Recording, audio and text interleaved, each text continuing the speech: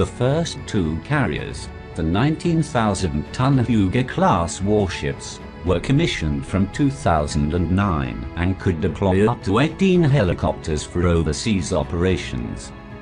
They provided much-needed anti-submarine warfare support to the country's destroyer fleet, an invaluable asset in the face of the vast North Korean and Chinese submarine fleets.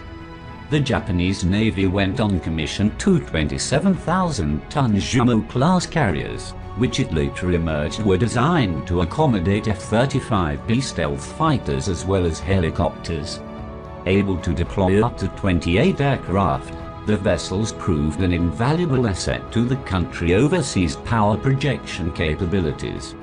With the second Izumo Class warship entering service in 2017, the country's ambitious carrier program had commissioned 4 sizable warships in a period of just 8 years, a considerable feat which no other carrier power has matched in recent years in terms of the sheer numbers of warships built.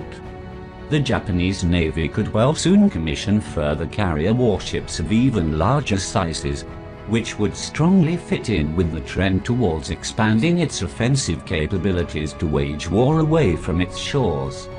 The country's ruling Liberal Democratic Party LDP, which has long been at the forefront of efforts to push towards remilitarization, has proposed the introduction of what they refer to as a mothership. This ship would be capable of deploying combat aircraft for both take-off and landings, as opposed to the Izumo class designed to deploy specialized short take-off and vertical landing STOVL F-35 variants due to its inability to operate fighters for conventional takeoffs and landings. The party also called for the government to double the country's defense budget, currently restricted to approximately 1% of GDP, to around 2%, similar to the spending goal of NATO members.